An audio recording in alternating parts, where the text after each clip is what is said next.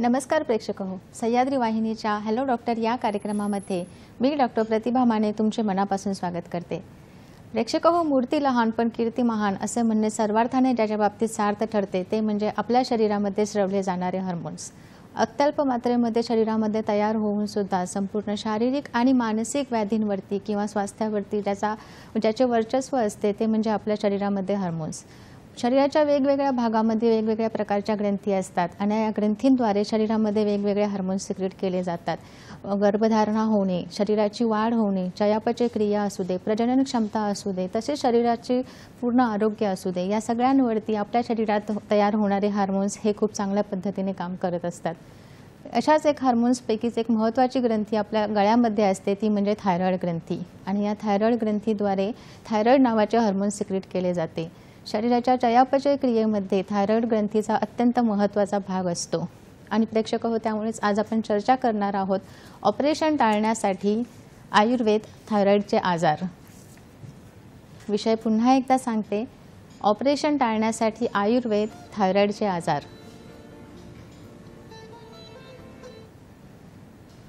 आणि या विषयावर मार्गदर्शन करण्यासाठी आज आपल्या स्टुडिओमध्ये आलेले आहेत सुप्रसिद्ध आयुर्वेद तज्ञ, आयुर्वेद पारंगत वैद्य समीर गोविंद जमदग्नी सर। नमस्कार सर। नमस्कार। सह्याद्री वाहिनीच्या हॅलो डॉक्टर या कार्यक्रमामध्ये मी तुमचं मनापासून स्वागत करते। प्रेक्षक हो, सरांना तुम्ही खूप चांगल्या पद्धतीने ओळखत असतात। सर खूप चांगले आयुर्वेद तज्ञ आहेत, तरी पण मी सरांचा एक थोडक्यात परिचय करून देते। वैद्य समीर गोविंद जमदग्नी सर हे सुप्रसिद्ध आयुर्वेद तज्ञ व आयुर्वेद विद्या पारंगत असून ते गेल्या 35 वर्षापासून पुणे व मुंबई येथे यशस्वी आयुर्वेदिक चिकित्सक म्हणून कार्यरत आहेत। श्री विश्ववती आयुर्वेद चिकित्सालय कोल्हापूर येथे सर प्रमुख चिकित्सक म्हणून कार्यरत आहेत। त्याचप्रमाणे Nargis Dutt memorial cancer hospital येथेही सर प्रमुख चिकित्सक म्हणून काम पाहत आहेत। कॅन्सर, हृदयरोग, क्रिटिकल इलनेस, वंध्यत्व, गतिमंदत्व, मतिमंदत्व, पर्सनॅलिटी डिसऑर्डर्स यांसारख्या व इतर आजारांवरील उपचारांमध्ये त्यांनी विशेष प्रावीण्य मिळवलेले आहे। हिंदी व मराठी चित्रपटसृष्टीतील कलाकार, साहित्य, क्रीडा, राजकीय क्षेत्रातील अनेक नामवंत मान्यवर व्यक्ती सरांच्याकडे आयुर्वेदिक चिकित्सा घेत असतात। वैद्य समीर गोविंद जमदग्नी सरांच्या दवाखान्यामध्ये सरांच्या मार्गदर्शनाखाली व सल्ल्याने सर्व आजारांचे निदान व उपचार करण्यासाठी तसेच वेळेचा अपव्यय टाळण्यासाठी रुग्णांच्या सोयीसाठी एक्सपर्ट डॉक्टरांची टीम सतत कार्यरत असते। वैद्य समीर जमदग्नी सरांकडे श्री विश्वामृत आयुर्वेद अध्ययन या प्रोग्रामखाली आयुर्वेदाचे शिक्षण गुरुकुल पद्धतीने विनामूल्य शिक्षण आयुर्वेदाच्या विद्यार्थ्यांना दिले जाते।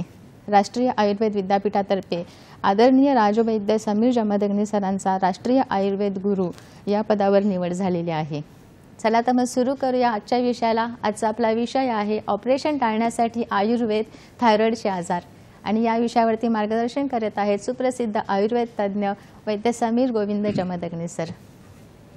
सर तुमचं पुन्हा एकदा स्वागत आहे हॅलो डॉक्टर या कार्यक्रमामध्ये। आपण बघतो सर समाजामध्ये आता जर आपण बघायला गेलो तर थायरॉइड ही एक खूप कॉमन डिसीज झालेला आहे। थायरॉइडचे हायपोथायरॉइड असू दे किंवा हायपरथायरॉइड असू दे, बऱ्याच लोकांना अगदी लहान वयापासून म्हणजे टीनेज झाल्यापासून ते मेनोपॉज होईपर्यंत बऱ्याच मुलांना किंवा लेडीजला हा आजार दिसून येतो। तर थायरॉइड हा नक्की आजार कसा आहे किंवा काय आहे आणि आयुर्वेदानुसार आपण थायरॉइड आजाराचा कसा विचार करू शकतो? बरोबर। कसं आहे की बऱ्याच लोकांना असा प्रश्न पडतो की थायरॉक्सिन, थायरॉइड, पुन्हा आयोडीन वगैरे सगळे आत्ताचे प्रकार आहेत, भाग आहेत आणि आयुर्वेद एवढं जुनं शास्त्र आहे आणि त्याच्यात कसं काय याचं वर्णन असू शकेल।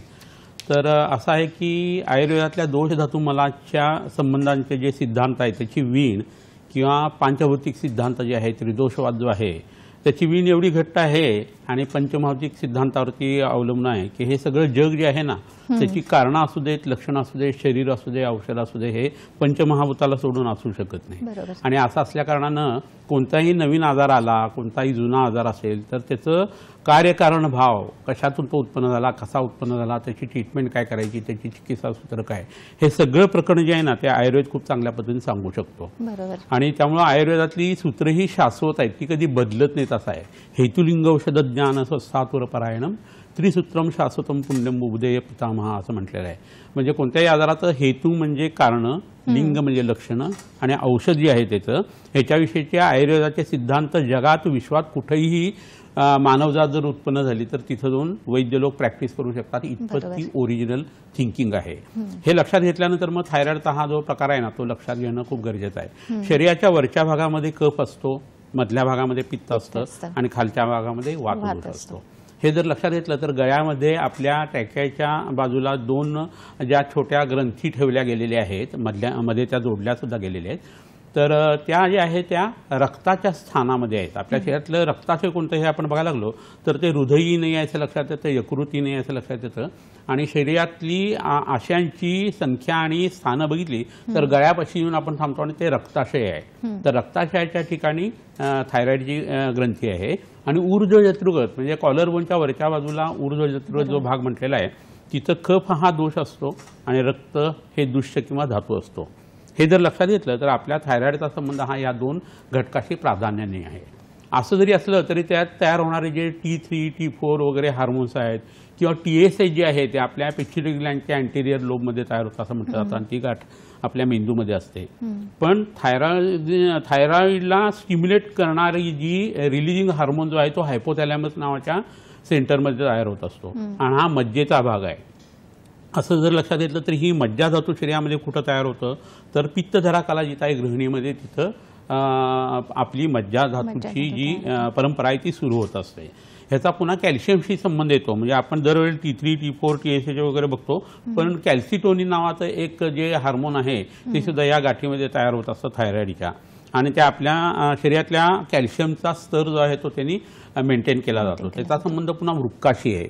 असं जर लक्षात घेतलं तर वृक्क हे मेदाचं मूलस्थान आहे. म्हणजे मेद धातू आला, रक्त धातू आला, मज्जा धातू आला आणि हे कॅल्शियमचं प्रकरण जे आहे ते आपल्या पुरीशोह स्रोत जे आहे तिथंच अस्थिवह स्रोतच मोठ्या आतड्यामध्ये सांगितलेला आहे.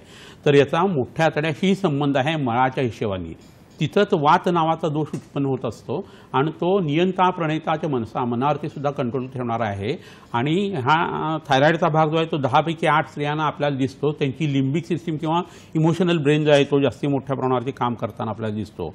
त्यामुळे हायपोथॅलॅमस, रसधातू शरीरातला, कफ दोष, त्याच्याबरोबर मज्जा, रक्त या सगळ्या गोष्टींचा संबंध लक्षात घेतला तर थायरॉइड दिसायला आपल्या गळ्यामध्ये आहे, पण तिचा एक्सटेंट जो आहे ना तो मोठ्या आतड्यामध्ये आहे, लहान आतड्यामध्ये आहे, पुन्हा मेदाच्या ठिकाणी आहे, वृक्काच्या ठिकाणी आहे आणि मग मस्तिष्काच्या ठिकाणी सुद्धा आहे. हे एकदा लक्षात घेतलं की आयुर्वेदाचा जो अप्रोच आहे तो तुमच्या लक्षात येईल. आणि याच्याबरोबर ही अंतस्रावी ग्रंथी धरली गेलेली आहे. एक्झोक्राईन आणि एंडोक्राईन अशा 2 जे प्रकार आहेत त्यातली ही अंतस्रावी ग्रंथी आहे. स्त्रियांच्या बाबतीत ही पुरुषांच्या पेक्षा थोडीशी मोठी असते. आणि भावविश्व जे आहे स्त्रियांचं ते जर चंद्राशी संबंधित आपण जर बघितलं आणि पुरुषांचं सौर किंवा सूर्याशी संबंधित जर बघितलं तर मग आपल्याला त्याची गाठ तिची मोठी काय आहे स्त्रियांच्या बाबतीतली हे लक्षात येतं. हा दुसरा भाग झाला. साधारण 20 ते 40 ग्रॅम एवढ्या प्रमाणात तिचं वजन असतं. आणि पिट्युटरी ग्लँडशी सुद्धा याचा संबंध मगाशी मी सांगितला तसा TSH जे आहे ते तिचं पिट्युटरीमध्ये तयार होतं अँटेरियर लोबमध्ये आणि नंतर T4, T3 याच्यावरती त्याचा परिणाम करून शरीरात ते वापरलं जातं. T3 हा जो हार्मोन आहे तो बराच ॲक्टिव्ह आणि सेन्सिटिव्ह असतो. T4 म्हणजे थायरॉक्सिन जे आहे त्याच्याशी त्याचा संबंध आहे. आणि आयोडीनशी याचा युजली संबंध लावला जातो. 48 मिलियन लोक भारतामध्ये जे आहेत ते थायरॉइडनी ग्रस्त असे आहेत. आणि आयोडीन कमी पडतंय म्हणून आपण आजारी पडणं हा प्रकार नाही आहे. लाईफस्टाईल डिसऑर्डर जे आहे ना ह्या पद्धतीने ह्या आजाराकडे आपल्याला बघायला लागतं. आणि डेफिशियन्सीच्या व्यतिरिक्त जीवनशैली आणि ऑटोइम्युन डिसऑर्डर्स ह्याच्या संबंधाने भारतामध्ये याचा विचार जो आहे तो मोठ्या प्रमाणावर आपल्याला करायला लागतो. तर आता आपण जर जसं बघितलं तसं आयुर्वेदानुसार ह्याचा टेक काय आहे हे आपल्याला याच्यातनं समजून आलं. परंतु हे थायरॉइड बिघडण्याची जी कारणं असतात ना ती आपण आपल्या आजच्या विषयाला अनुलक्षून बघायची आहे. त्याच्यामध्ये आपल्याला ऑपरेशन टाळण्यासाठी आपण प्रयत्न काय करू शकतो थायरॉइडच्या संबंधात.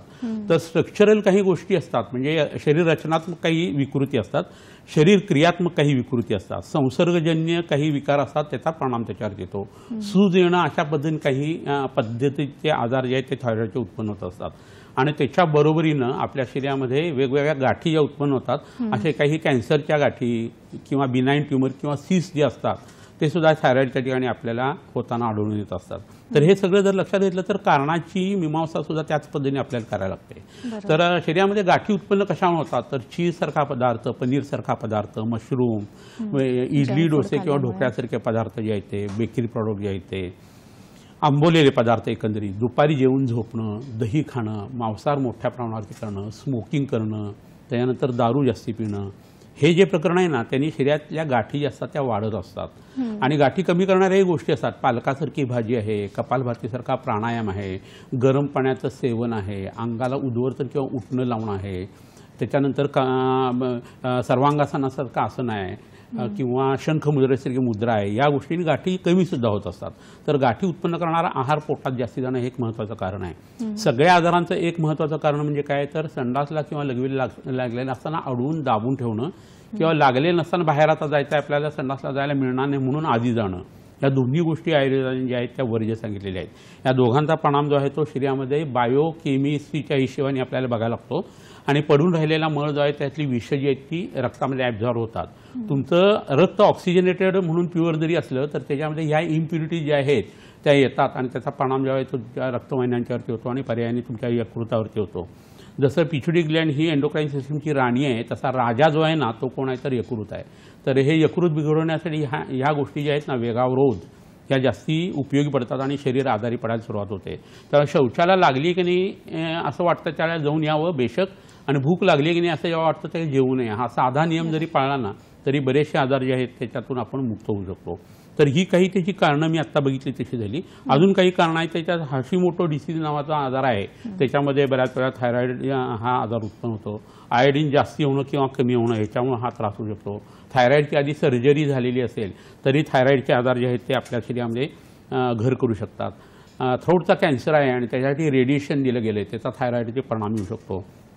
जन्मजात तुमच्या थायरॉइडमध्ये काही विकृती स्ट्रक्चरल किंवा फंक्शनल असू शकतात त्याचा परिणाम होतो.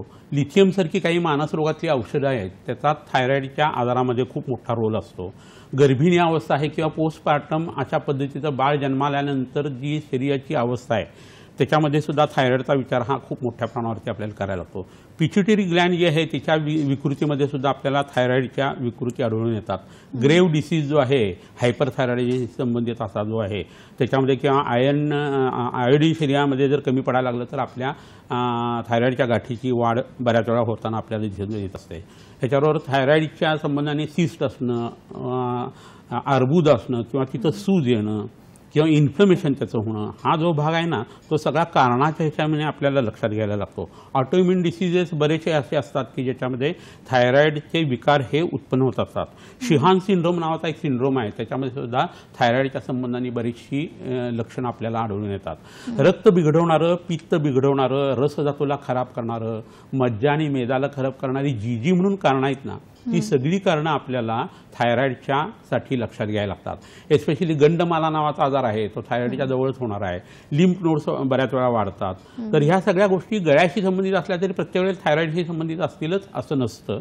तर ह्या सगळ्या गोष्टींचा विचार करून तिथलं ऑपरेशन करायचं का नाही हे ठरत असतं.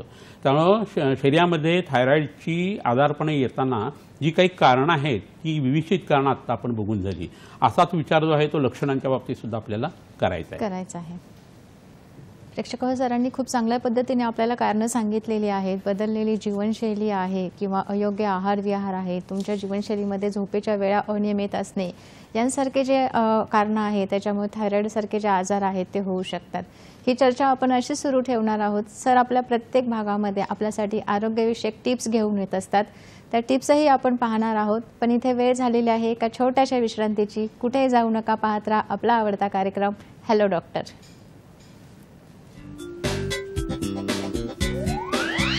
ऑपरेशन टाळण्यासाठी आयुर्वेद, थायरॉइडचे आजार, श्री विश्वामृत आयुर्वेदीय चिकित्सालय, पत्ता Siddhi Platinum 1369 Sadashiv Peth, off Bajirao road, Natubag Ganpati जवळ, पुणे 411030, शाखा पुणे, मुंबई, कोल्हापूर. दूरध्वनी क्रमांक 80 87 73 23 33, तसेच 77 74 91 81 93 आणि 95 95 81 07 27. Email shriviswamrut@gmail.com. तर प्रेक्षक ब्रेकनंतर तुमचं पुन्हा एकदा स्वागत आहे हॅलो डॉक्टर या कार्यक्रमामध्ये. आज आपण चर्चा करत आहोत ऑपरेशन टाळण्यासाठी आयुर्वेद आणि थायरॉइडचे आजार या विषयावरती. आणि या विषयावर मार्गदर्शन करत आहेत सुप्रसिद्ध आयुर्वेद तज्ज्ञ डॉक्टर समीर जमदग्नी सर. प्रेक्षक ब्रेकला जाण्यापूर्वी मी तुम्हाला सांगितलं होतं की सर आपल्याला आरोग्यविषयक टिप्स घेऊन येतात. त्या टिप्स अशा आहेत. टिप नंबर 1, अश्वगंधा, शेंदेलोण, वेखंड, सुंठ, मिरे, पिंपळी, लसूण, मोहाची फुले आणि गोमूत्र यांचा पाणी घालून काढलेला अर्क वैद्यांच्या सल्ल्याने अल्प प्रमाणामध्ये अंजन व नस्यासाठी वापरल्यास डोळ्यांचा तिरळेपणा कमी होतो. टिप नंबर 2 आहे बृहत कस्तुरी भैरव रस दररोज सकाळी 125 मिलीग्राम 21 दिवस मधातून घेतल्यास सततची होणारी सुस्ती, जांभया, आळस यांचे प्रमाण कमी होते. चला तर मग प्रेक्षक पुढे वळूया चर्चेकडे. सर, तुम्ही आता थायरॉईडच्या आजाराविषयी कारणे सांगितलीत, पण आता आपल्याला लक्षणे, उपद्रव काय असतात आणि थायरॉईडमध्ये होणाऱ्या ग्रंथी तसेच शरीरामध्ये इतर ठिकाणी असणाऱ्या ग्रंथी किंवा कॅन्सरच्या गाठी याच्यामध्ये आपण डिफरन्शियल डायग्नोसिस म्हणजे त्या कशा कशा वेगळ्या आहेत कसं ठरवू शकतो? खूप चांगला प्रश्न विचारला तुम्ही. कसं होतं की थायरॉईडच्या संबंधाने जे आजार आहेत ना त्याच्यात हायपरथायरॉइडिझम किंवा हायपोथायरॉइडिझम हे आपण बघतो बऱ्याच वेळेला, किंवा तिथं न्यूड्युलर गॉयटर, टॉक्सिक गॉयटर असे आजार उत्पन्न होतात, गाठी उत्पन्न होतात. आणि मग प्रश्न असा यायला लागतो की ह्याच्यासाठी आपण उपचार काय करायचे. तर पहिल्यांदा आपण हे बघूया की हायपोथायरॉइडिझम जेव्हा असतो त्यावेळेला उत्पन्न होणारी जी लक्षणं असतात ती बघणं खूप गरजेचं आहे. तर त्याच्यामध्ये मनाला आणि शरीराला दोघांनाही एक जबरदस्त थकवा जाणवायला लागतो, दौर्बल्य जाणवायला लागतं, कोणत्याही गोष्टीमध्ये मन रमत नाही असं व्हायला लागतं. तर हा पहिला एक लक्षणाचा भाग येतो. आणि त्याच्यामध्ये शीतद्वेष, हे थंडी अजिबात सहन होत नाही असं व्हायला लागतं. तर हे रसधातूच्या संबंधाने लक्षण आयुर्वेदामध्ये सांगितलेलं आहे आणि त्याच्यात रसधातूचा, कफाचा जास्त विचार करायला लागत असतो. ह्याच्याबरोबरीने शरीराला वृक्षपणा जे आहे ना तर खूप मोठ्या प्रमाणात यायला लागतं. केस जे आहे ते गळायला लागतात. त्याच्याबरोबरीने आपल्या शरीराचं वजन जे आहे ते विनाकारण वाढायला लागतं. ते लोक म्हणतात की हवेने सुद्धा आमचं वजन वाढतं, आम्ही काही खात नाही तरी हा त्रास आम्हाला होतो. मन सतत दुःखी राहायला लागतं आणि स्मृतिभ्रंश हे लक्षण यायला लागतं. कन्फ्युजन व्हायला लागतात आणि पॉवर ऑफ रिकलेक्शन जी आहे ना ती कमी व्हायला लागते आणि पटकन एखादी गोष्ट आठवणं हे होत नाही. त्याच्याबरोबर ना मलावष्टंभ हे लक्षण उत्पन्न व्हायला लागतं. शौचाला साफ होत नाही, बऱ्याच वेळेला जावं लागतं, चिकटपणा संडासला हे बऱ्याच वेळा राहतं. त्वचेला कंड सुटायला लागते असंही लक्षण येतं. त्याच्याबरोबरीने डिप्रेशन जे आहे ना सतत तो माणूस डिप्रेशनमध्ये राहतो आणि ह्याच्याबरोबरीनं मसल्समध्ये त्याला वेदना बऱ्याच वेळा मोठ्या प्रमाणावरती आढळायला लागतात. ह्याच्याबरोबरीनं सांध्याच्या ठिकाणी त्याला शूल हे लक्षण यायला लागतं, म्हणजे सगळे सांधे जे आहेत ते दुखायला लागतात. सकाळच्या वेळेला त्याच्या चेहऱ्याची अशी टापशी आहे असं एकंदरीत त्याला जाणवायला लागतं आणि त्याच्या सगळ्या हालचाली ज्या आहेत ना त्या स्लो व्हायला लागतात. रिफ्लेक्सेस जे आहेत ते त्याचे स्लो व्हायला लागतात. स्त्री युजली असते या प्रकारामध्ये मोडलेली आणि त्याच्यामध्ये होतं काय की अनियमित रजप्रवृत्ती जी आहे ना ती सुरू व्हायला लागते. अतिरज प्रवृत्ती असं सुद्धा लक्षण त्याच्यामध्ये यायला लागतं. तर स्त्रियांच्या बाबतीत हा विचार करत असताना आपल्याला थायरॉइड दिसते आपल्याला गळ्यामध्ये, पण मगाशी मी जसं सांगितलं तसं आपलं लहान आतडं, त्याच्या आतला अस्तर, मोठा तडं, त्याच्या आतला अस्तर, मोठ्या तड्याच्या ठिकाणी तयार होणारा पुरुष म्हणजे विष्ठा, ती तयार होत असताना त्याचं पाणी रिॲब्झॉर्ब होऊन तयार होणारं मूत्र, या सगळ्या गोष्टीचा विचार आपल्याला करायला लागत असतो. आणि दुसरं कसं होतं, हा थायरॉइडचा जो भाग आहे आणि त्यातले जे स्राव आहेत तर त्या TSH जे आहे ते पिट्युटरीमध्ये सिक्रीट होण्यासाठी पहिल्यांदा त्याला स्टिम्युलेशन मिळणं गरजेचं आहे. तर थायरॉइड रिलीजिंग हार्मोन जो आहे ना तो आपल्या हायपोथॅलॅमस नावाच्या मेंदूच्या भागामध्ये तयार होत असतो, म्हणजे त्याचं कर्तृत्व हे सगळं असतं. आता हे जर असं असेल तर तुम्हाला हायपोथॅलॅमसविषयी माहिती घेणं खूप गरजेचं आहे. आणि हे आपल्या शरीरातलं टेम्परेचर रेग्युलेटिंग सेंटर आहे, म्हणजे तुमचा ताप, शरीराचा जो आहे तापमान हे मेंटेन करणं, 98.6 हे युजली आपलं टेम्परेचर जे असतं ना ते मेंटेन करणं हे त्याचं काम आहे. ह्याच्यावरून भूक आणि तहान ह्याच्या संवेदना त्याच्याशी संबंधित आहेत. ह्याच्याबरोबरीने तुमची झोप जी आहे, झोपेचा जो पॅटर्न आहे, सर्कॅडियन रिदम ज्याला आपण म्हणतो किंवा बायोकेमिकल क्लॉक जे आहे ना त्याचा संबंध जो आहे तो आपल्या हायपोथॅलॅमसशी संबंधित आहे. पुन्हा भीती आहे, क्रोध आहे किंवा दुःख आहे, आनंद आहे, ह्या भावना ज्या आहेत त्या हायपोथॅलॅमसशी संबंधित आहे. म्हणजे तुम्ही लक्षात घ्या की तुम्हाला भूक लागली आहे आणि तुम्ही जेवला नाही, किंवा भूक नाही आहे आणि तुम्ही जेवलात, तहान लागलेली नाही आणि तुम्ही पाणी प्यालं, किंवा पाणी प्यायची इच्छा आहे आणि तहान लागलेली आणि तुम्ही पाणी प्यालं नाही, तर ह्या सगळ्या गोष्टी जर निरंतरच्या होत राहिल्या तर हायपोथॅलॅमसचं टेम्परेचर रेग्युलेटिंग सेंटर तर काम जे आहे ते तर बिघडतंच, पण त्याच्यावर थायरॉइडवरती त्याचा परिणाम येतो. तर याचा आपण कधी विचार करणार? लोक विनाकारण पाणी पित असतात, पाणी पिल्यानंतर शरीर जे आहे ते हायड्रेट राहतं वगैरे, पण पाण्याचंही पचन व्हावं लागत असतं. तर तहान लागली तर पाणी, भूक लागली तर अन्न, अशा पद्धतीचा विचार जो आहे ना तो थायरॉइडने सांगितलेला आहे. आणि हे वेग सांगितलेले आहेत की ज्याचा अवरोधही करायचा नाही आणि मुद्दामून त्याचं प्रवर्तन करायचं नाही. तर हे हायपोथॅलॅमसचं वर्णन मी कशासाठी केलं की थायरॉइडशी संबंधित एखादी गोळी तुमची सुटायची असेल तर तुमचा विचार आयुर्वेदानुसार कुठंपर्यंत जायला पाहिजे, तर तहान, भूक, झोपेपर्यंत आणि तुमच्या मनाच्या अवस्थेपर्यंत जायला पाहिजे. हे जर असेल ना तर ह्या सगळ्या गोष्टीचं एक व्हॅल्यू आहे. आता हायपर थायरॉइडिझम ज्यावेळेला होतो ना त्यावेळेला जी लक्षणं येतात ती एक्झॅक्टली ह्याच्या विरोधी येतात, हायपोच्या विरोधी येतात. तर मला असं वाटतंय की फोन येतोय तो आपण फोन घेऊया आणि हायपर थायरॉइडिझमच्या संबंधातली लक्षणं जी आहेत ती आपण बघूया. नक्कीच सर. भारती आहे दहिसरवरून. हॅलो. हां बोला. हॅलो. हा नमस्कार. डॉक्टर समीर यांना मला प्रश्न आहे. मी माझं 2022 मध्ये माझं थायरॉइडचं ऑपरेट केलेलं आहे, ग्लॅन्ड काढलेलं आहे. पूर्ण काढले? त्याच्यावर पूर्ण काढले का पार्शल काढलेली? हो पूर्ण काढली. 2000 साली ऍक्च्युली एक हाफ काढलं होतं, त्याच्यावरची जी गाठ आली होती ती काढली होती, पण त्याच्यानंतर ती गाठ परत वाढत गेली आणि ती जास्त प्रमाणात वाढली आणि पूर्ण श्वासनलिकेला वगैरे पूर्णपणे कव्हर करायला लागली. त्याच्यामुळे मग आम्हाला पूर्ण ती ग्रंथी काढावी लागली. तर आता मला मी गोळी घेते. माझा प्रश्न हा आहे की मला ना आता हातापायाला माझ्या ना मुंग्या येतात, झिंजिन्या आल्यासारख्या होतात आणि मेन म्हणजे माझा आवाज चेंज झालेला आहे. म्हणजे मी हळू जरी बोलली ना तरी खूप मोठ्याने आणि ओरडून बोलते आणि म्हणजे तो घसा आहे ना म्हणजे तो आतमध्ये असं ओढल्यासारखं झालंय सगळं. मी फोन ठेवते आणि तुमच्या टीव्हीवर मी उत्तर ऐकते. ठेवू का फोन? धन्यवाद भारती. तुमचा प्रश्न आलेला आहे. खूप सुंदर प्रश्न विचारला आणि थोड्या वेळात त्यांनी चांगला प्रश्न विचारलेला आहे. तर ज्या वेळेला पूर्णतः थायरॉइड काढलं जातं त्यावेळेला त्याचे हार्मोनच्या इंजेक्शन्स किंवा गोळ्या घेणं हे करायला लागतं, तसं ते करत आहेत. परंतु महत्त्वाची गोष्ट अशी आहे की ह्याच्यामध्ये मी जसं मगाशी सांगितलं तसं कॅल्शियम लेवल जी आहे ती मेंटेन करण्यासाठीची जी थायरॉइडमधल्या हार्मोनची जी परंपरा आहे ती खंडित झाल्याकारणाने त्यांना हा त्रास होतोय. तर तुम्ही एक लक्षात घ्या की शरीराचा एक गुण आहे, पंचमहाभूत शरीरी समवाय हा समयोगवाही. म्हणजे शरीरात जी गोष्ट कमी पडलेली आहे ती दुसरीकडे गुणात्मक दृष्टिकोनातून शरीर भरून काढत असतं. याचं उदाहरण जर द्यायचं झालं तर समजा एखादी व्यक्ती आहे आणि त्याचा एक पाय जो आहे तो रेल्वेच्या चाकाखाली सापडला आणि जर तो तुटला तर मग त्याच्या शरीरामधली हाडं गेली, कंडरा गेल्या, शिरा गेले, स्नायू गेली, मर्म गेली, रक्त गेलं, तो माणूस सतत आजारी पडायला पाहिजे. रोगस्तु दोष वैषम्यम दोष साम्यम आरोग्यता. पण तसं होत नाही. तो ते शिवून घेतो, कॅलिपर वापरायला लागतो आणि कुबड्या वगैरे घालून त्याचं लग्नही होतं, त्याला मुलंही होतं, सगळं होतं. तर हे गुणात्मक जी संख्यात्मक वजाबाकी झाली आहे ती शरीर गुणात्मक दृष्टिकोनातून सुधारून घेतं. त्याला म्हणायचं समयोगवाहित्व. त्यामुळे तुमची थायरॉइड काढून टाकली तर तुम्ही आता काळजी करू नका. तुमचा कॅल्शियमचा मेटाबॉलिझम जो काही बिघडलेला आहे तो वृक्काच्या साहाय्याने आणि तुम्ही मोठ्या तड्याच्या साहाय्याने सुधारू शकता. त्यासाठी सर्वांगासन करणं, शंख मुद्रा करणं आणि 15 दिवसातनं एकदा उपवास करणं असं केलं तर वृक्क कॅल्शियम बरोबर लेवल जी आहे ती मेंटेन करायला सुरुवात करेल. मोठ्या तड्यामध्ये जिथं विष्ठा तयार होते तिथं हाडं तयार होतात आयुर्वेदानुसार आणि तिथं कॅल्शियमच्या संबंधातल्या घटना आयुर्वेद धरतो. त्यासाठी तुम्ही तिक्त क्षीर बस्ती जी आहे ते वापरायला सुरुवात करा. तुम्ही संपूर्ण अंगाला तिळाचं तेल जे आहे ते रोजच्या रोज लावा. कॅल्शियमच्यामुळे तुमच्या शरीरात ऑस्टिओपोरोसिस, ऑस्टिओपनिया सारख्या घटना घडत आहेत आणि म्हणून तुमच्या मानेच्या हाडामध्ये गॅप्स येऊन तुम्हाला हातापायला मुंग्या येण्याची शक्यता एक आहे. दुसरी कॅल्शियम कमी झाल्यामुळे सुद्धा ते घडतंय. त्याला प्रसुप्ती किंवा सुषुप्ती असं म्हणतात आणि त्याला त्वचा विकाराची औषधी जी असते ती वापरायला लागतात. तुम्ही नस्य करा, बृहण नस्य करा. नाकामध्ये षडबिंदू तेल किंवा बला तेल जे आहे ते नाकात टाकण्यासाठी वापरा. पद्मगादी चूर्ण जे आहे ते तुम्ही अंगाला लावायला सुरुवात करा. राहायला प्रश्न जो आवाजाचा येतो तर त्यासाठी कंठरोगाचा काढा किंवा हिरड्याचा काढा जो असतो हरितकीचा तो मध घालून तुम्ही रात्री घ्यायला सुरुवात करा. यवक्षार आणि गूळ हे जेवताना जर खाल्लं तर तुमचा आवाज जो ओढल्यासारखा वाटतो तो तुमचा कमी यायला लागेल. आणि कंठ अशा काही वनस्पती आहेत म्हणजे ज्येष्ठमधासारख्या त्या 10 वनस्पतींचा एक योग मिळतो. तो जवळच्या वैद्याकडनं तुम्ही घ्या आणि तो पोटात घ्यायला लागला तर आवाज ओढल्यासारखं तुम्हाला वाटणार नाही.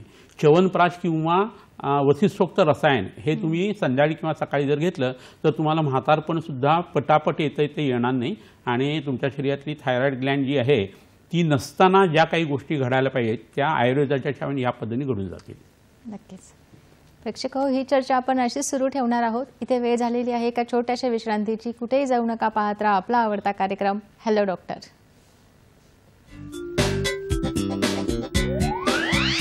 ऑपरेशन टाळण्यासाठी आयुर्वेद थायरॉइडचे आजार श्री विश्वामृत आयुर्वेदीय चिकित्सालय. पत्ता Siddhi Platinum 1369 Sadashiv Peth off Bajirao road, Natubag Ganpati जवळ, पुणे 411030. शाखा पुणे, मुंबई, कोल्हापूर. दूरध्वनी क्रमांक 80 87 73 23 33 तसेच 77 74 91 81 93 आणि 95 95 81 07 27. ईमेल श्रीविश्वामृत@gmail.com. तर प्रेक्षक हो, ब्रेकनंतर तुमचं पुन्हा एकदा स्वागत आहे हॅलो डॉक्टर या कार्यक्रमामध्ये. आज आपण चर्चा करत आहोत ऑपरेशन टाळण्यासाठी आयुर्वेद थायरॉईडचे आजार या विषयावरती, आणि या विषयावर मार्गदर्शन करत आहेत सुप्रसिद्ध आयुर्वेद तज्ज्ञ डॉक्टर समीर जमदग्नी सर. प्रेक्षक हो, ब्रेकला जाण्यापूर्वी आपण टिप्सबद्दल बोलत आहोत. मी पुढल्या 2 टिप्स सांगत आहे. टिप नंबर 3 आहे तांदूळ 10 ग्रॅम प्लस वाळा चूर्ण 2 ग्रॅम, नीलकमल चूर्ण 2 ग्रॅम, मुस्ता चूर्ण 2 ग्रॅम प्लस पृष्णपर्णी चूर्ण 2 ग्रॅम, यामध्ये 100 ml शेळीचे दूध आणि 150 ml पाणी घालून याची पेस्ट करावी. तांदूळ शिजून झाल्यानंतर ही पेस्ट सेवन करावी. असे रोज 2 वेळा सकाळी आणि संध्याकाळी 21 दिवस करावे. याने अल्सरेटिव्ह कोलायटिस, क्रोन्स डिसीज, मूळव्याध यामध्ये रक्त पडत असल्यास पूर्णतः थांबते. टिप नंबर 4 आहे विडंग, पिंपळी मूळ, शिगरू, मरीच प्रत्येकी पाव चमचा चूर्ण घेऊन यामध्ये 10 ग्रॅम तांदूळ घालून त्याची पेस्ट बनवावी. या पेस्टमध्ये पादेलोण 1 ग्रॅम आणि 20 मिली ताक घालून पिल्यास पोटात जंत उत्पन्न होत नाही किंवा असल्यास नष्ट होतात. प्रेक्षक हो, ब्रेकला जाण्यापूर्वी आपण थायरॉइडमध्ये उत्पन्न होणाऱ्या लक्षणांबद्दल बोलत आहोत. सर, तुम्ही लक्षणांबद्दल सांगत होतात, तर अजून काय सांगाल सर? बरोबर. हायपरथायरॉइडच्या संबंधातली लक्षणं जी होती ती आपण बघायला सुरुवात केली होती आणि तेवढ्यात फोन एक आलेला होता. तर असं होतं की हायपरथायरॉइडिझम ज्या वेळेला उत्पन्न व्हायला लागतो त्यावेळेला त्याची अनेक कारणं आपल्याला आढळून येतात. तर त्याच्यामध्ये जी लक्षणं आहेत ना, त्याच्यामध्ये पहिलं लक्षण म्हणजे भारक्षय व्हायला लागतो. जसं हायपोमध्ये वजन वाढतं तसं याच्यामध्ये वजन कमी होणं हे लक्षण यायला लागतं. आणि उष्णतेचा द्वेष म्हणजे गरमपणा अजिबात या लोकांना सहन होत नाही असं लक्षण जे आहे ते उत्पन्न होतं. जसं हायपोमध्ये थंडी जी आहे ती अजिबात सहन होत नाही, तसं इथं उष्णता सहन होत नाही. केस गळण्याचं जे आहे, स्पेशली डोक्याचे केस जे आहे ते फार झपाट्याने याच्यामध्ये गळायला लागतात. डोळे जे आहेत ते मोठे आणि बडबडीत असे होऊन बाहेर आल्यासारखं व्हायला लागतात. आणि हृदयाचे ठोके जे आहेत ते फार जबरदस्त मोठ्या पद्धतीने वाढतात. वारंवार शौचाला जाण्याची प्रवृत्ती जी आहे ती या लोकांच्यामध्ये दिसून येते. मांसाचं शैथिल्य जे आहे, मसल विकनेस जो आहे तो खूप मोठ्या प्रमाणात जाणवतो. नर्वसनेस किंवा चिंता जी आहे ना, सतत स्ट्रेस खाली असणं असं एकंदरीत चेहऱ्याकडे बघून सुद्धा या लोकांचं जाणवतं. घाम जो आहे तो या लोकांना प्रचंड मोठ्या प्रमाणावरती जास्ती येतो, कारण छातीची धडधड सुद्धा होत असते. आणि याच्याबरोबर थायरॉइडची गाठ जी आहे ती वाढलेली आपल्याला दिसते. डोळ्यांचं जसं मगाशी मी सांगितलं तसं ब्लड प्रेशर जे आहे ना ते सुद्धा या लोकांचं वाढताना दिसतं. तर हे झालं की लक्षात यायला पाहिजे की या व्यक्तीला हायपरथायरॉइडचा त्रास तर नाही आहे ना, आणि एस्पेशली हा त्रास त्यांना असतो आणि त्याची ट्रीटमेंट करण्याची पाळी येते. आता दुसरा भाग असा होतो की गळ्याच्या ठिकाणी ज्या थायरॉइडच्या ग्रंथी आहेत त्याच्यामध्ये गाठी उत्पन्न व्हायला लागतात. म्हणजे गाठीमध्ये गाठ उत्पन्न होते आणि ते सिस्टच्या स्वरूपामध्ये बऱ्याच वेळा असतात. म्हणजे आत त्या पोकळ असतात गाठी आणि त्याच्यामध्ये आतमध्ये पाणीसुद्धा, पाण्यासारखा स्राव असतो. बऱ्याच वेळा या गाठी असतात त्या इरेग्युलर आपल्याला जाणवतात.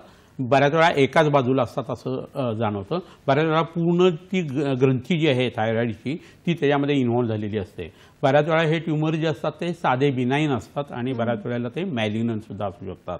तर त्याचं फायनली ॲस्पिरेशनने वगैरे आपण निदान करणं ही प्रक्रिया घडत असते. सोनोग्राफी त्याची करता येते. वेगवेगळे ट्यूमर मार्कर जे असतात ते आपल्याला तपासून ते समजू शकतं. परंतु शरीरात कुठेही गाठी झाल्या ना तर त्या कॅन्सरच्या केव्हा असतात आणि कॅन्सर नसलेल्या केव्हा असतात हे बघणं हे खूप महत्त्वाचं प्रकरण आहे. तर कोणतीही गाठ ज्यावेळेला अतिशय स्टोन हार्ड आणि घट्ट असेल आणि वेदना होत नसेल तर ती जास्ती धोकादायक असते. ती ॲडियर टू बेस जर चिकटलेली असेल आणि हालत नसेल ना तर ती जास्ती धोकादायक असते असं आपल्याला लक्षात घ्यायला लागतं. ह्याच्याबरोबरीनं तुमचा भारक्षय होत असेल म्हणजे वजन कमी होतं आहे, किंवा त्याच्याबरोबरीनं तुम्हाला अशक्तपणा खूप वाटतोय, भूक अजिबात लागत नाही आहे, रक्ताची तुमची जी केमिस्ट्री आहे त्याच्यावरती त्याचा परिणाम होतो वगैरे, हे जर जाणवायला लागलं ना तर मग त्या गाठीची तपासणी करून घेणं हे खूप गरजेचं असतं.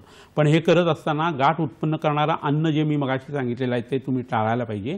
आणि गाठ कमी करणाऱ्या ज्या गोष्टी आहेत ना त्याचा वापर मी मगाशी जसं सांगितलं तसं करणं हे खूप गरजेचं आहे. म्हणजे अगदी कॅन्सरसारख्या जरी गाठी असल्या आणि कपालभाती प्राणायाम 20-20 मिनटं सकाळी संध्याकाळी व्यवस्थित वैद्याच्या किंवा एखाद्या योग टीचरच्या सहाय्याने जर तुम्ही केलं तर ते खूप उपयोगी पडतं. तुम्ही घरच्या घरी टीव्हीवरती बघून काही गोष्टी करू नका. एस्पेशली प्राणायामाच्या बाबतीत तर असं म्हटलेलं आहे की यथा सिंह गजो व्याघ्रो भवेतो शनैः शनैः तथैव सेवितो वायू अन्यथा हंती साधकम असं म्हटलेलं आहे. आणि प्राणायाम करायच्या आधी यम नियम वगैरे जे आहे ना, आसन वगैरे हे शिकायला पाहिजे, तर तुम्हाला प्राणायामाचा त्याचा परिणाम होणार आहे. म्हणजे शारीर मानस असं हे पिक्चर असतं आणि ती प्रक्रिया असते, त्या पद्धतीने तुम्ही त्याच्या मागे लागणं हे खूप गरजेचं आहे. तर मला वाटतं की एक फोन येतो तो आपण घेऊया आणि नंतर पुन्हा आपलं विषय पुढे चालू ठेवूया. रेणुका जोशी आहेत नागपूरवरून. हॅलो. हॅलो. हा रेणुका ताई बोला. हॅलो. नमस्कार सर, मी रेणुका बोलत आहे. सर मला 2 महिन्याआधी माझं वजन एकदम झपाट्याने वाढत होतं. माझं आता वय 25 वर्ष आहे. तर डॉक्टरांनी डिटेक्ट केलं की मला थायरॉइड आहे आणि मला 10 वर्ष झाले सर सोरायसिस पण आहे. आणि माझा असा प्रश्न आहे की थायरॉइडच्या औषधांचा काही सोरायसिसवर परिणाम होईल का? कारण आता माझं म्हणजे सोरायसिस वाढत आहे आणि तुम्ही एकदा उपाय सांगितला होता सर दुर्वांचा म्हणून 21 दिवसाचे 3 प्रयोग करायचे, पण सर त्यामध्ये गॅप ठेवायची आहे का आणि पथ्य कोणते पाळायचे ते मला थोडक्यात सांगा. बरोबर. तुझं वय किती आहे रेणुका? वय किती आहे तुझं? सर माझं वय 25 वर्ष आहे आता. बरं बरं. आणि 15 वर्षापासून सोरायसिस. पाळीशी संबंधित काही तक्रारी आहेत का तुला? नाही सर, रेग्युलर आहे. बरं. आणि सोरायसिस संपूर्ण अंगावर आहे का डोक्यात जास्त आहे, हातापायाला आहे? सर सर्व अंगांवर आहे, जेनायटल्सवर आणि चेहऱ्यावर सगळीकडे आहे. आणि TSH लेवल किती आहे तुझी माहिती आहे का तुला? ती नॉर्मली 0.425 पर्यंत असते. ती तुला आठवते का काही? नाही सर, सॉरी मला. ठीक आहे. तुझी थायरॉइडची गोळी किती मिलीग्रॅमची सुरू आहे? सर ती आता सध्या मला किती मिलीग्रॅमची? बरं बरं, ठीक आहे. रोज सकाळी एकदा घेतेस का संध्याकाळी घेतेस? मी एकदाच घेते सर. बरं, ठीक आहे ठीक आहे, काय हरकत नाही. आपण उत्तर देऊ. धन्यवाद रेणुका ताई. तर रेणुकाचं कसं आहे, आता सोरायसिसमध्ये कोरडेपणा त्वचेला येतो आणि हायपोथायरॉइडिझममध्ये सुद्धा येतो. दोन्ही एकत्रित या गोष्टी आहेत. रसधातूचा संबंध जो आहे तो त्वचेची आहे. रस्यापी श्लेष्मवत म्हटलेलं आहे आणि त्वकसारता आणि रससारता ही एकत्रित वर्णन केली गेलेली आहे आयुर्वेदामध्ये. त्यामुळे तिच्या थायरॉइडचा संबंध तिच्या मनाशी आहे, तिच्या मनाचा संबंध तिच्या सोरायसिसशी आहे. तो सायकोसोमॅटिक असा आजार आहे. तर याला शिरोधारा जी आहे ब्राह्मी तेलाची करणं हे खूप गरजेचं आहे. माझ्या मते ती नागपूरची आहे ना? हो. हां, तर तिथं खूप मोठे मोठे वैद्य आहेत. तर त्यांना जाऊन तू भेटून यावं. आणि महत्त्वाच्या 2 गोष्टी याच्यामध्ये कराव्यात. एक म्हणजे शोथ नावाचा आजार आणि त्वचाविकार म्हणजे कुष्ठ आपण म्हणतो. या दोघांची जी ट्रीटमेंट आहे ना, ती जर एकत्रित केली गेली तर तुला त्याचा निश्चित चांगला परिणाम येईल. मनाचा याचा जवळचा संबंध असतो, त्यामुळे शिरोधाराच्या बरोबरीनं पंचकर्मातला बस्ती करणं आणि मेडिटेशन करणं याचा खूप चांगला उपयोग होईल. निर्लवण पथ्य म्हणजे मीठ बंद करून जर तू औषध घेतलीस तर तुला रेणुका लवकर फायदा होईल. त्वचारोग असलेल्या प्रत्येक व्यक्तींनी 15 दिवसातून एकदा, महिन्यातून एकदा असं वमन, विरेचन, रक्तमोक्षण असं जर 3 वर्ष केलं तर पहिल्या वर्षात आजार हा रसातून निघून जातो, दुसऱ्या वर्षात रक्तातून निघून जातो आणि तिसऱ्या वर्षात मांसातून जातो. मांसापासून त्वचा बनलेली असते. तर 3 वर्ष त्याच्या मागं लागायचं असतं. इतका कोणता पेशंट औषध घेत नाही आणि इतका कोणता वैद्य औषध देत नाही असं होतं. तर हे जर जुळून आलं तर तुझा आजार दोन्ही बाजूनी कमी होईल आणि थायरॉइडही कमी होईल आणि तुझी त्वचाही चांगली होईल. बरोबर. सर आपण लक्षणाबद्दल चर्चा केलेलीच आहे, पण थायरॉइड झाल्यानंतर साधारणपणे कोणकोणते कॉम्प्लिकेशन्स म्हणजे उपद्रव कुठले कुठले असतात? हा खूप छान प्रश्न विचारला. कसं होतं, थायरॉइड अनट्रीटेबल असा जर राहिला ना तर बऱ्याच वेळा काय होतं, भार वृद्धी व्हायला लागते किंवा भारक्षय व्हायला लागतो. हायपो जसा असेल त्या पद्धतीने. पण ह्याच्यात हृदरोग जो आहे तो ठरलेला असतो, हृदयाशी संबंधित आजार उत्पन्न होतो. एस्पेशली हायपरथायरॉइडिझम मध्ये काय होतं, ॲट्रियल फिब्रिलेशन नावाचा एक आजार उत्पन्न होतो आणि त्याच्यामध्ये त्या फिब्रिलेशनमुळं एम्बोलिझम तयार होतात आणि ते फुफ्फुसात अडकणं, हृदयात अडकणं, मेंदूत अडकणं, ह्याच्यानुसार स्ट्रोक किंवा हार्ट अटॅक वगैरे सुद्धा त्याच्यात येऊ शकतो. तर हे कधी निग्लेक्ट करण्याचं प्रकरण नाही आहे. त्याच्यामध्ये ऑस्टिओपनिया किंवा ऑस्टिओपोरोसिसची सुरुवात होते आणि हाडं जी आहे ती खूप मोठ्या प्रमाणावरती खराब होतात. एक रेअर कंडिशन असते, त्याला म्हणतात थायरॉइड स्टॉर्म. म्हणजे एक प्रकारचं वादळ आहे हे आणि त्याच्यामध्ये तीव्र ज्वर येतो, उलट्या व्हायला लागतात, मळमळ व्हायला लागते आणि हे होत असताना तुम्हाला उलट्यांच्या बरोबरीनं, मळमळीच्या बरोबरीनं अस्वस्थ खूप जबरदस्त वाटायला लागतं आणि हळूहळू त्याचा परिणाम जो आहे तो कोमापर्यंत जातो आणि त्याच्यात पेशंट दगावू शकतो. त्यामुळे थायरॉइडला निग्लेक्ट करण्यासारखी परिस्थिती नाही आहे आणि गाठी जर कॅन्सरच्या वगैरे असतील तर ते खूपच धोकादायक आणि त्रासदायक असं प्रकरण व्हायला लागतं आणि मग त्याचे उपचार करण्याची पाळी येते. तर त्याचा टेक जो आहे तो आयुर्वेदाचा दिनचर्या कशी पाहिजे, ऋतुचर्या कशी पाहिजे ह्या पद्धतीने त्याचा विचार करणं हे खूप गरजेचं असतं. त्याचाही वापर आपण करणार आहोत. बरोबर. प्रेक्षक हो, ही चर्चा आपण अशी सुरू ठेवणार आहोत. इथे वेळ झालेली आहे एका छोट्याशा विश्रांतीची. कुठेही जाऊ नका, पाहत राहा आपला आवडता कार्यक्रम हॅलो डॉक्टर.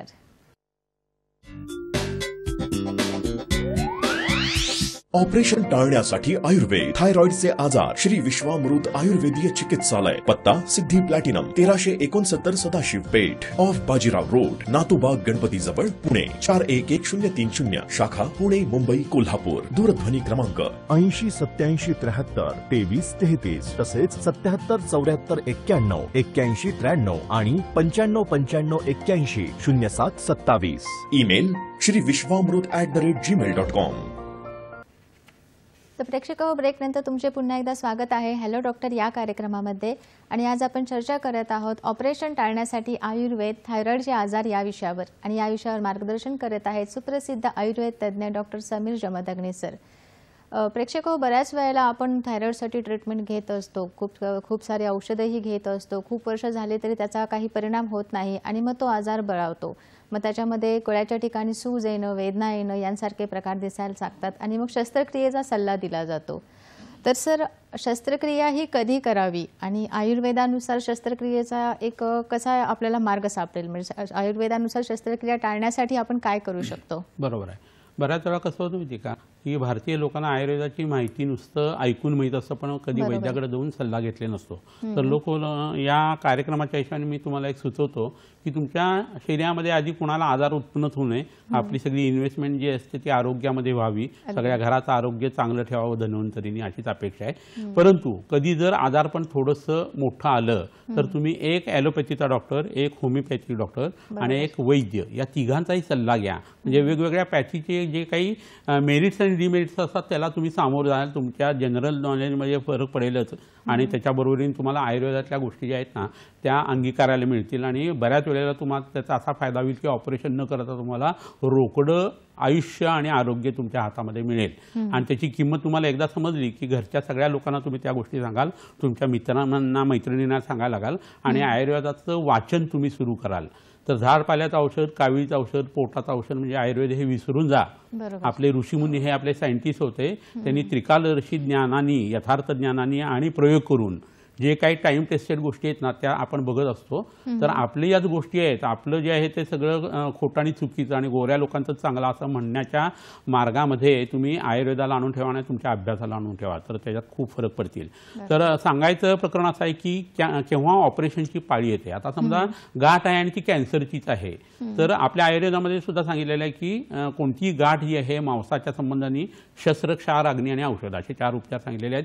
ऑपरेशनची गरज पडू शकते. तरी सुद्धा ती गाठ घालवण्यासाठी आयुर्वेदातली औषधं जी आहेत त्यात कांचनार गुगुळसारखं औषध आहे, रौद्ररसारखं औषध आहे, शुल्ब सिंदूरसारखं औषध आहे, मगाशी मी सांगितलेले प्राणायामाचे काही प्रकार आहेत, सुंठ आणि कांचनाराचा काढा आहे, वरुणाची काढा आहे, खूप औषध आहेत. तर असं कॅन्सरसारखं प्रकरण असताना ऑपरेशनची कदाचित पाळी येऊ शकते. दुसरं असं होतं की औषधाला ती गाठ जुमानत नाही आणि त्रास वाढतच जातोय थायरॉइडचा.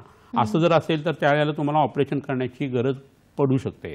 गर्भिणी अवस्था आहे किंवा पोस्टपार्टम अशी अवस्था आहे आणि त्यावेळेला तुम्हाला कंट्रोलमध्ये येत नाही औषधाने, अशा वेळेला ऑपरेशनचा कदाचित विचार जे आहे ते डॉक्टर करू शकतात.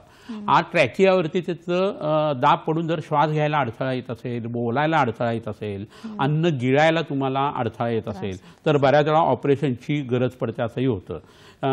नाटकांमध्ये काम करणारे किंवा नट्या आहेत, पिक्चरमध्ये काम करणाऱ्या वगैरे, तर ते दिसायला बरोबर दिसत नाही आणि म्हणून सौंदर्याशी संबंधित गोष्ट असल्याकारणानं काढणं असं एक प्रकरण असतं. आणि काही पेशंट एवढे हेल्थ कॉन्शियस असतात की जरा गाठ आली ना तर काढून टाका म्हणून लगेच पॅनिक होतात. अशा लोकांना सुद्धा ते ऑपरेशन करणं जे आहे ते करायला बऱ्याच वेळा लागत असतं.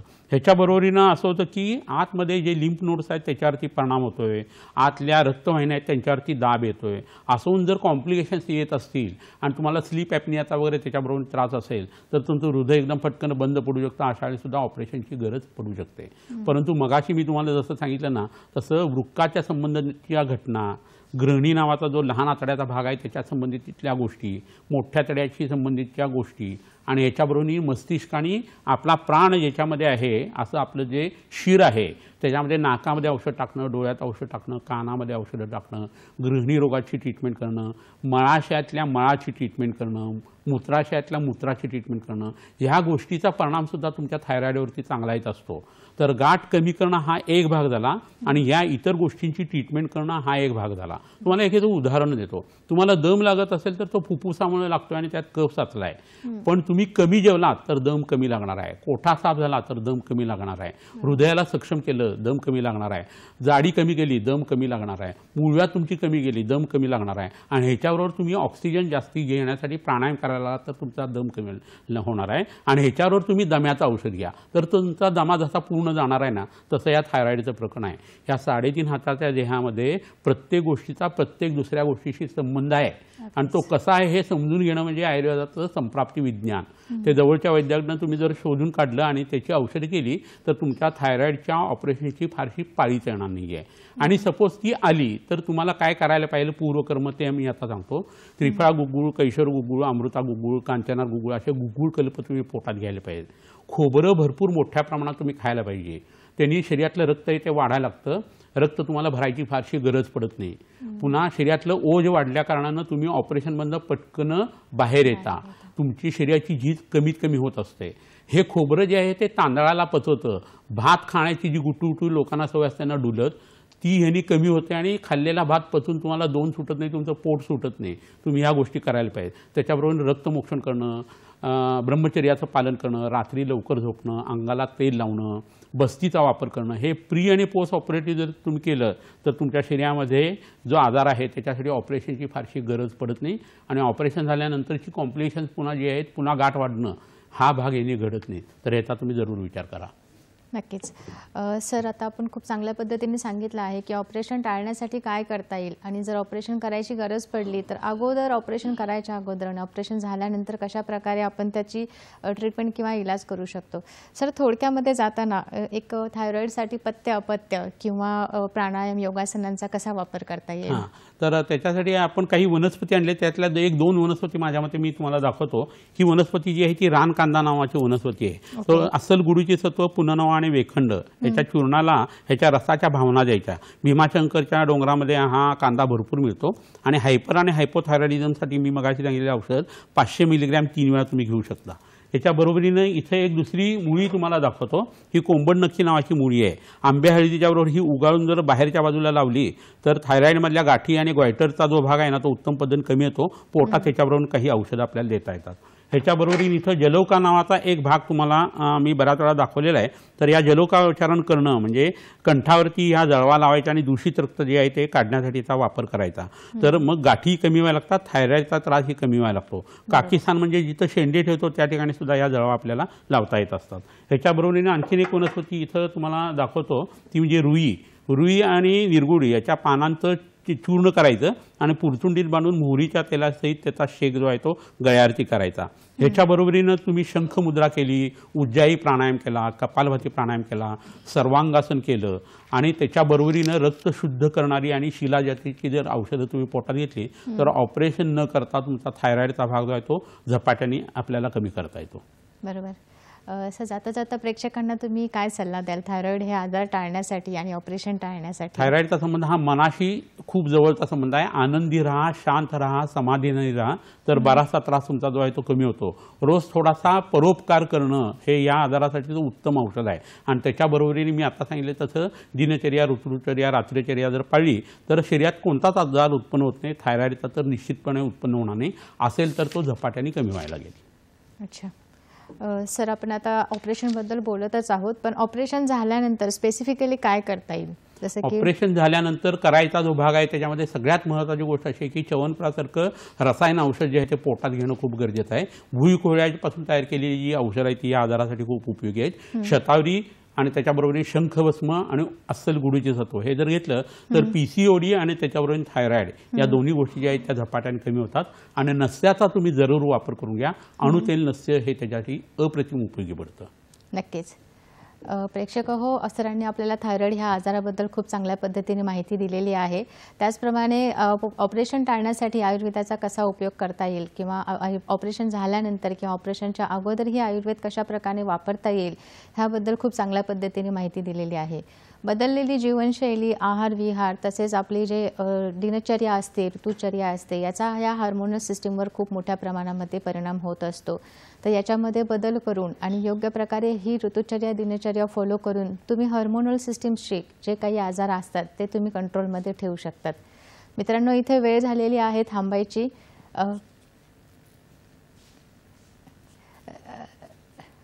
सर तुम्हाला अजून काही सांगायचं असेल तर तुम्ही नक्की सांगू शकता प्रेक्षकांना. आता मगाशी म्हटलं तसं स्नेहन जे आहे संपूर्ण अंगाला तेल लावणं, स्वेदन म्हणजे शेक जो आहे तो करणं आणि त्याच्याबरोबर विरेचनाचा वापर जो आहे तो या आजारासाठी जर केला गेला तर गाठींच्यावरती त्याचा जबरदस्त चांगला परिणाम उत्पन्न होतो. आणि याच्याबरोबर च्यवनप्राशसारखं औषध किंवा ब्राह्म्य रसायनासारखं औषध घेणं याचा वापर तुम्ही करून घ्यायला पाहिजे. म्हणजे आहार विहार ध्यानधारणा आणि त्याच्याबरोबर तुमच्या खाण्यात पिण्यातले जे बदल आहेत ते जर तुम्ही केले तर या थायरॉईडच्या आजारापासून तुम्हाला निश्चित मुक्तता मिळू शकते. एस्पेशली हायपोथायरॉइडिझम जो बायकांना खूप सतावतोय तो निश्चित पद्धतीने चांगल्या पद्धतीने कमी करता येतो. घरची स्त्री जर उत्तम राहिली तर संपूर्ण घराण्याचं आरोग्य जे आहे तिच्या हातात असल्याने तेही सुधारलं जातं. बरोबर.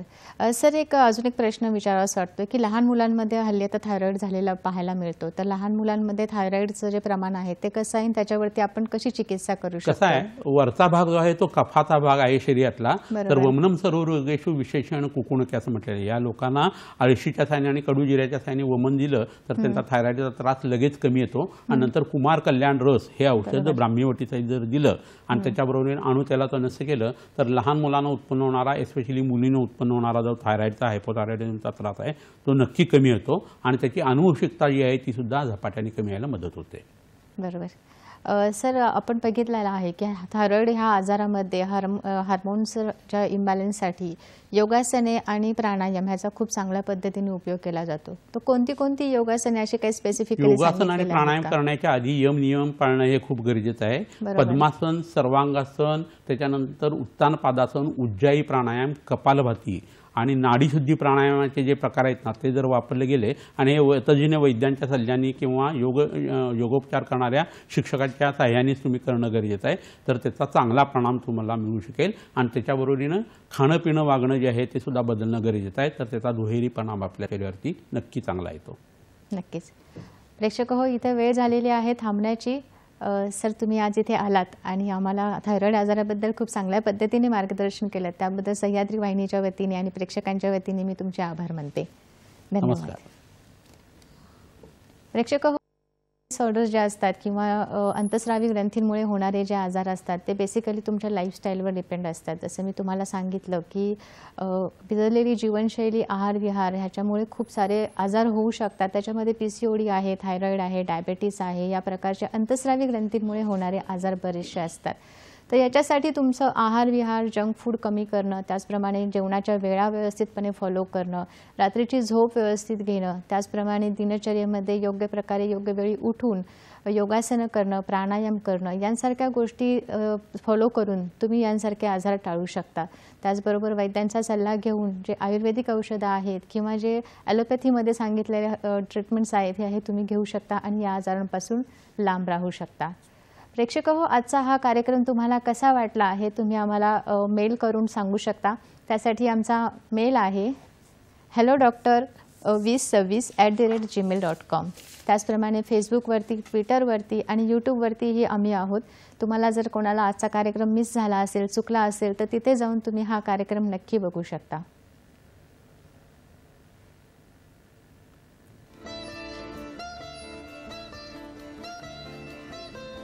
तर प्रेक्षक हो, इथे वेळ झालेली आहे थांबायची. तेव्हा पुन्हा भेटू या पुढच्या कार्यक्रमामध्ये हॅलो डॉक्टरमध्ये नवीन तज्ज्ञांसोबत एका नवीन विषयावरती. तोपर्यंत आपल्या आरोग्याची काळजी घ्या, आनंदी राहा, निरोगी राहा. धन्यवाद.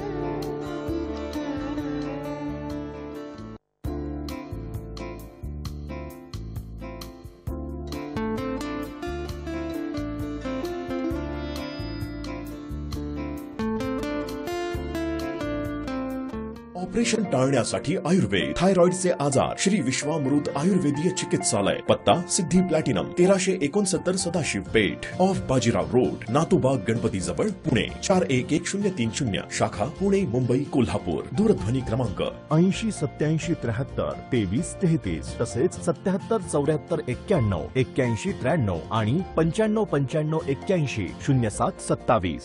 ईमेल श्री विश्वामृत@gmail.com.